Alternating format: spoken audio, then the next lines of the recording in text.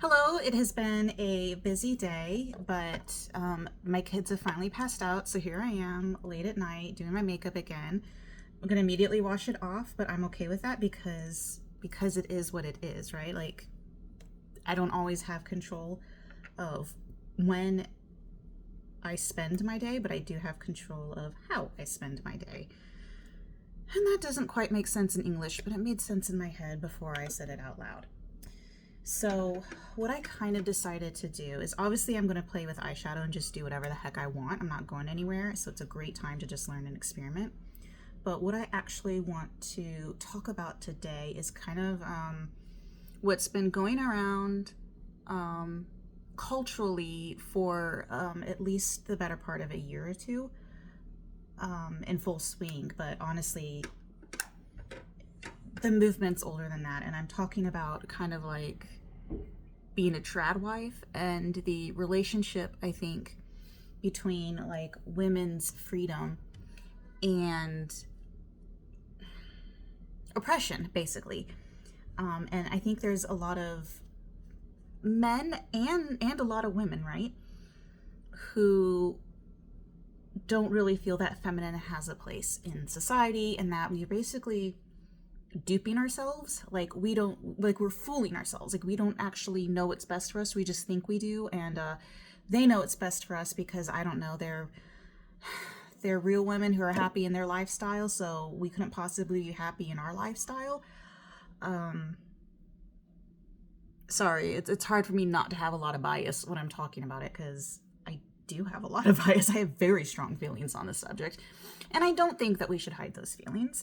I just think we need to be able to express feelings in a way that doesn't invalidate someone else's. Like, I can feel very strongly about an issue, but not necessarily then have to turn around and insult a woman. So, like, I know plenty of people who are stay-at-home moms, and I don't go, well, you're just duped by the system. I go, no, I mean, it's a nice lifestyle for their family, and it's worked out really well. So, like, why would I wish them ill? It kind of feels like there's a lot of hate going around that's just really, really unnecessary. It's just completely unnecessary to disrespect someone because you disagree with their lifestyle choices.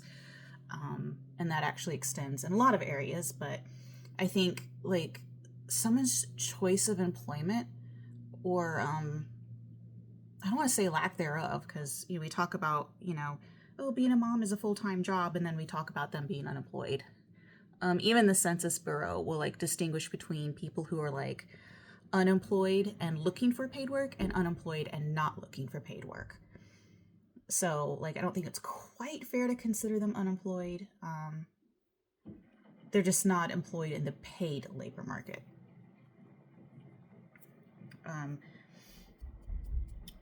So I guess what I was going to answer is when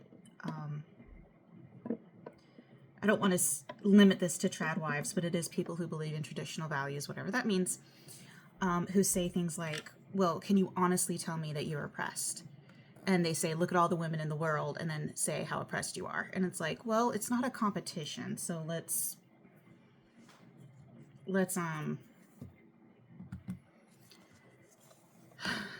just like get that right out the gate. Like, I don't have to be more oppressed than someone else to be oppressed. That's not fair to say that I'm not oppressed enough to be oppressed. A little bit of oppression is a little bit of oppression. And I'm okay with that if you're okay with that. So no, I don't look around the world and compare myself to other women who are more oppressed. I do recognize that they are more oppressed. I am grateful that I am not in that position. I am very openly, without fear for my public safety, discussed it on a platform which can realistically reach about 50 people, but it could one day, I don't know, reach 1,000. Made up numbers. But like, I'm not afraid for my safety or for my well-being. I don't fear my husband's judgment, those type of things. But it's not a competition. So yes, I can look someone straight in the face and say oppressed.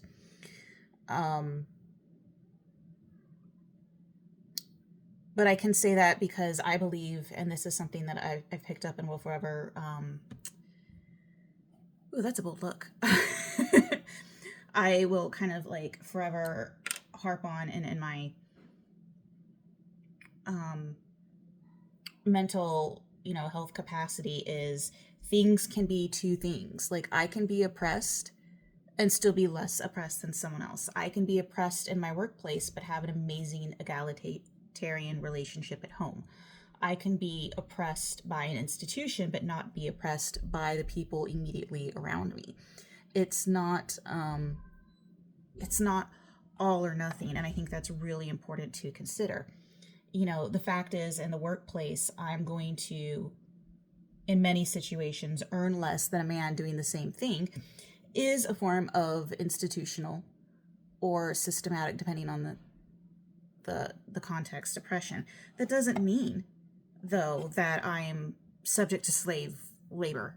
Oh, this look just got mobiled. It doesn't mean that I have absolutely no rights. It just means that I don't have as many comparable to the men in my society. And it is all relative, right? Because if a man doesn't have a certain rights in society, I wouldn't say I'm oppressed. Like, I'm oppressed, I can't commit murder. Well, men can't commit murder. So that's not really what we're talking about when we're talking about oppression. That was not a good choice, what I just did. I'm going to take that off.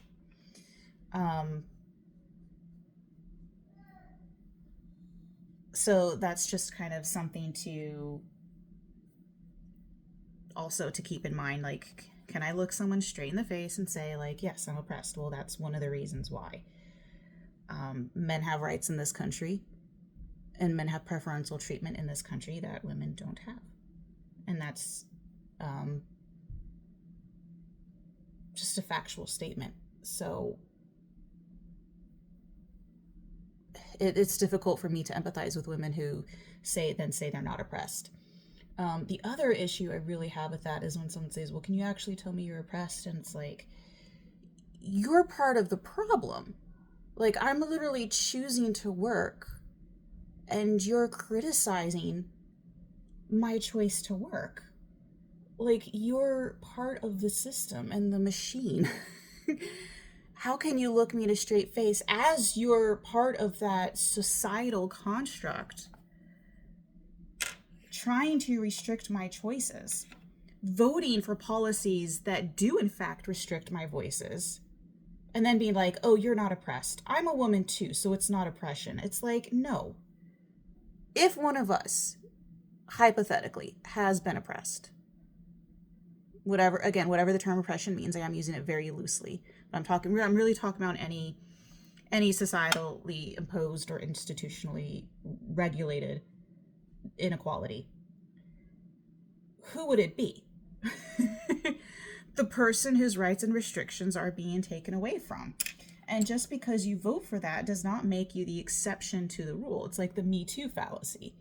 Or it's not called Me Too, that was the movement, but basically, you're thinking because you support something that you won't be affected negatively by it, and like, that's faulty logic if I ever heard it. Like, you want women to stay at home and raise their kids, and what happens when your kids move out and you want a job and now you can't get one because you've been out of the workforce for so long and people are allowed to discriminate against you, right? Like, there's consequences to your actions. There's consequences, I really should say, to your vote. And I think personally, I think it stems from a lack of education. But I don't know if that's the only reason, because there are values in place, right? And a lot of people act like values are good. Well, they are good, but they act like they're universal, and values are not universal. And that doesn't make someone wrong. So, like, for me, one of my biggest values, I know my values, is compassion and curiosity. But some people aren't curious. However, those people may be really, really, concerned about financial stability and providing for their children. That doesn't make them bad people.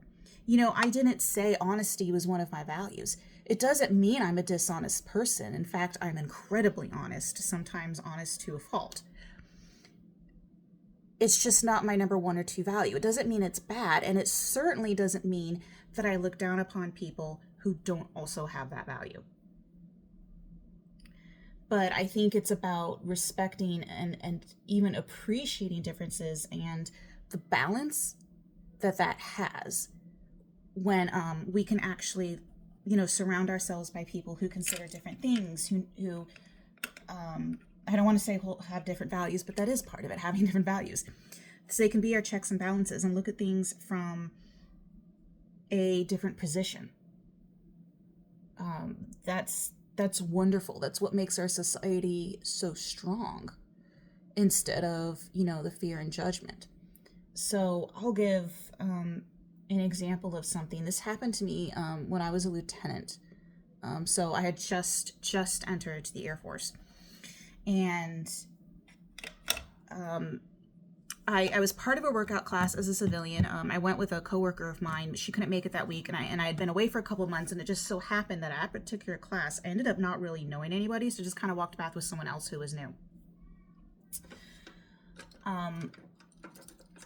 And so we got to talking with her. I'm on one side of her, and on the other side of her is another woman. And so this woman in the middle, the new woman, was talking about feeling lonely, and had just had a baby, had just moved. I think they're from California or something, or Texas, or really, this was in Florida. So any place not Florida. She's the first time she's moved away from home. She just had a baby. Her husband works all day. She's feeling lonely.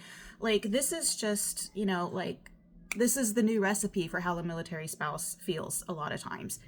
Like, it's not easy to just uproot everything and move across the country. And especially when it's your spouse who has the job, because they're able to make new connections and they have a purpose and a reason for being there. But a lot of times you feel like baggage, like you're put on orders just like a weight allowance. And that can be really detrimental to your physical, mental health as a spouse. And so I was trying to help her with opportunities. I was talking about applying for the spouse preference program. I was talking about different facilities on base that did not require full-time work, so she could work a little bit but still be at home with her kid. I was talking about different affordable childcare options, and just really trying to tell her, like, she's talking herself down this entire time. She's like, oh, I know I don't need to feel this way. I just need to get out more.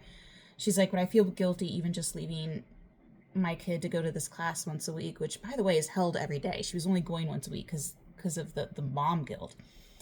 And I sense, even without any background in mental health at the time, I sense early warning signs for depression. Like something that requires a little bit of intervention and a little bit of support. Because not that there was anything wrong with her, but what she was going through was a lot. That is a whole hell of a lot of life transition in one point. And I never told her, well, you should do this or you shouldn't do that. But I did tell her things like, well, you don't need to feel guilty about attending this. Or if you want to work, then that is something you should do. And maybe I did push her a little bit to get out because, clearly she's expressing the desire, at least a little bit, and has taken some action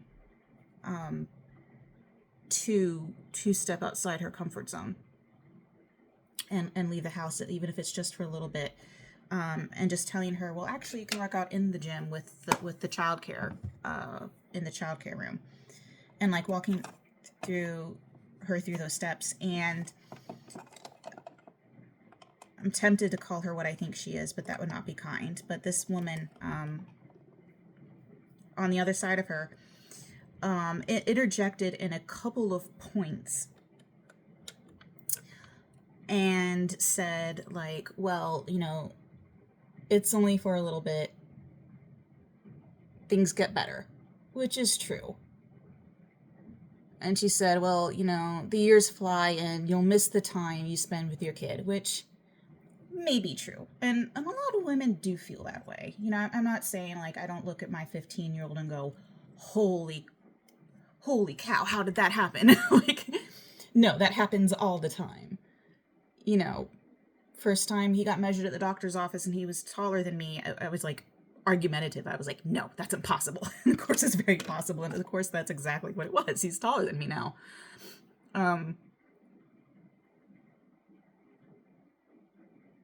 But at one point she said something and it just felt off to me. She said, like, well, you don't want to look back on your life and realize that you were selfish instead of taking care of your kid. And that just like crossed the line for me. And I said, taking care of yourself isn't selfish. And this, I almost did again. I almost called her a 5-letter word. This woman looks like mostly at her, but also at me, and is like, well, I chose to raise my children instead of working. And that pissed me off to no end. And I didn't say anything. I went inside and showered and minded my business. It was not my battle to fight. It is not my job to push the other woman one way or another. But knowing the guilt that she felt just being in that situation, like, I already know. Like, I knew then she wasn't going to do anything. Because here's an outside voice echoing all the dangerous thoughts that she was already having on the inside of her voice. So, like, what's even the point? Well, the point was I made an effort, and, when I tried to be a good person, even when I didn't have an understanding of, I think I ended very well. I handled it very well in that situation without having any training. But, like, being in the military, like, it's so hard when people are like, oh yeah, women have the right to serve, and then they go, but not in combat roles. Or they go, well, women have the right to serve, and then we'll say, but you only got this position as a flyer because you're a woman, which is fucking untrue. Oops, sorry, language. For people to say, oh, well, you made it in with the same qualifications, but you only passed your flight training because they took it on easy on you because you're a woman. And the instructors got wind of that, and they got really ticked themselves because they're like, what are you saying about our professionalism as instructors? Every single one of them was like, we have not and will not ever do that in a million years. And it's true. They didn't do this to the individual that those comments were made toward. But, I still had to sit there and hear it. And later I experienced it myself because I did have an easy check ride for one of my blocks of training. And I get, like, a lot of guys were like, that wasn't up to this caliber. And I'm like, well, I got lucky. That's all that means. But it's frustrating when you prove your worth and then that immediately gets kind of handed to you. Like, oh, well, you handled it too well, so it was because the ride was easier. I'm like, it was easier, but that's not the point. The point was every single person will have this experience at least once in their life. So kind of going back to that original story, though, of, that completely unsubtle implication. I don't even think it counts as an implication. It's a statement that if you have a job, you're not raising your children, is just completely condemning and completely hurtful. I could probably make an entire video just on this story because I hate this woman so much. I also found out later that she was the wife of a general. So her life has been pretty, damn, the cuss words are coming today. Her life has been pretty privileged. Up until that point. So it's like, hey, this woman, it was married to like a brand new airman. I don't even know if he was an E2 or an E3. It's their first duty assignment. So like the income gap and the level of privilege that this woman was sharing, like, oh, you don't need to work, is coming from like it's very tone deaf to the people that she was talking to.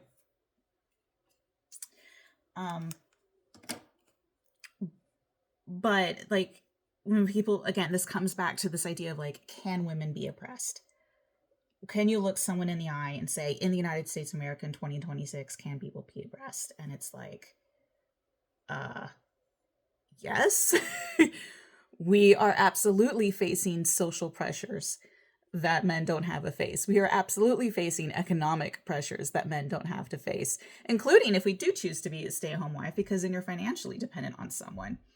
I saw a video online. I only saw a few seconds because I was scrolling, where the guy says, well, while I'm earning an income while you're resting on my laurels, leeching off my income. And she goes, I'm doing what? You asked me to be a stay-at-home wife. And then like I scrolled through, but that's exactly like the experience of a lot of women have. Like you're damned if you do and damned if you don't. So like, where do we win? I think the answer is we kind of don't. And that's That's what oppression is your your choice is fake. You can't win.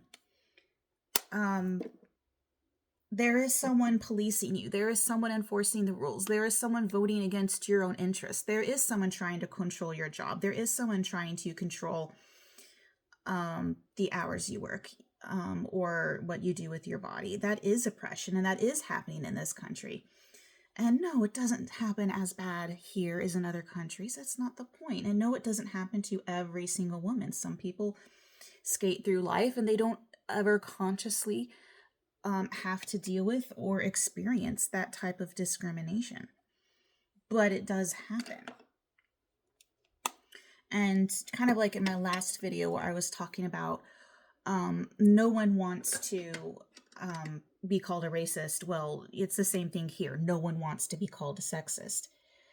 So it's really hard describing it to men or to women, even though I kind of think of women as the bigger problem, because it kind of bothers me that they think that their voice can represent me just because they're a woman. And I'm like, well, that's kind of sexist too, don't you think? Like, I'm just as much of a person as you are. I need feminism because of you. I don't like that. I derailed myself. But just to answer the question, like, yes, I'm not going to call you a sexist, but that doesn't mean that sexism doesn't exist. And that doesn't mean that if you fail to act on it, that you're not participating in that sexism. Things can be two things, right? Like, you may not personally be a sexist, but I might be having to fight institutional sexism in the class ceiling. There might be a policy that has unintended sexist effects that I still have to face. Maybe I'm paid the same as my coworkers, but I'm criticized for how I perform my job. That's still sexist. Being told that I didn't necessarily need to have a utility uniform when I was pregnant because I quote unquote couldn't do my job. Like, what? That's not even true.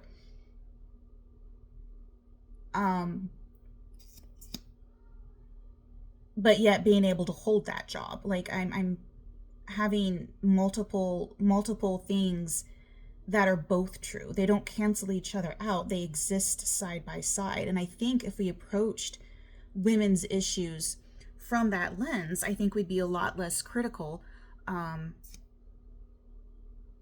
if we could just be a little bit more informed, or in this case, more compassionate. And remember when I was talking about my values, I said compassion and curiosity. Like, here we go. Here's why it's so important to me. Like, if you're not going to educate yourself on the issue, then at least have the wisdom and compassion to listen to another woman's perspective, to look at the statistics, to be open to a different idea. I'm in a very egalitarian relationship in my home. I'm pretty sure my husband isn't a sexist, but I'm still dealing with the implications of living in society and having other men and women tell me that I'm fooling myself, and I really want to stay at home, as if I don't know myself well enough to know that in fact I do want to work.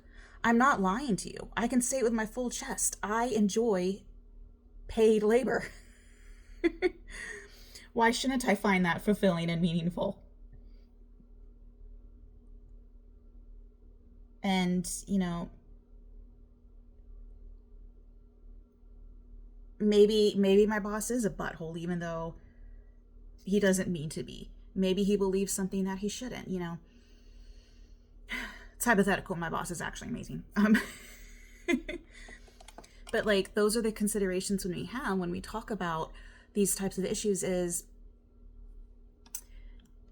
it's not an either or. It's like, you can love raising your children and still want to work. You can be a present and attached mother and be there for your children and still work. You can not be a good cook and still be a woman. Like, those things don't diminish you because they don't define you. And the answer is yes, you can be oppressed and still be grateful to live in this country. You know, maybe the people around you aren't immediately the sexists that they think you're accusing of them of automatically, even though you've never once accused any individual that you've met of being a sexist, although those individuals exist as well. They still exist. Like, we just need to practice this belief that even if we don't experience something on the daily, that it can still be true for someone else. And even if we do experience it a little bit, it can be true for someone else even more. And I feel like I'm starting to repeat myself, but I just think we need to hammer that down. Is, you know, just because I didn't experience something at work doesn't mean my coworker didn't. Like my coworker who got told that they went easy on her because she was a woman. You know, like, I don't deny that experience just because they didn't say that to me. Like, I know it still happened. And I know I'm still raising my kids. I'm trying not to let that woman's comment get under my skin, but it did, and it does, because it was mean-spirited and hurtful. And I'm not going to take offense where none was meant, but I think there's plenty of offense meant at that statement. I don't think she gets to divorce herself from those consequences, the consequences of the words that she said. I don't think I have to forgive her, and I don't know that I ever will, because she said this about 13 years ago, and I still remember it. Man, don't cross me. I'm going to remember. You know, things aren't black and white, and things exist in multidimensionality. So yes, I am oppressed, and I am also a free woman. And yes, I am a feminist, and I also act against my own interests sometimes. And yes, I'm married to a man. And yes, I also believe that I don't have full equity or equality in life, despite having full equity, right? I am just as involved or just as affected by my relationship and my role in society as any other woman, but I don't have as strong a voice in it. So all that to say, and just completely answer the question, yeah, women are oppressed, and we are also not oppressed in many ways. And we also have certain advantages in some ways, though if you dig deep, sometimes those advantages turn out not to really be great. They tend not to be advantages. They tend to be excuses men say that try to indicate that we're not oppressed. If you want more specific examples, let me know. I know sometimes it's hard to wrap your head around it when we're talking about broad concepts like this. Like, well, you just said you're oppressed 1,000 times, but you gave one anecdote. Well, there's more anecdotes. There's more data, specifically the kind that you want to look at. There's definitely more studies to be done. There's always more to analyze on kind of like this idea of like mutually existing truths, and how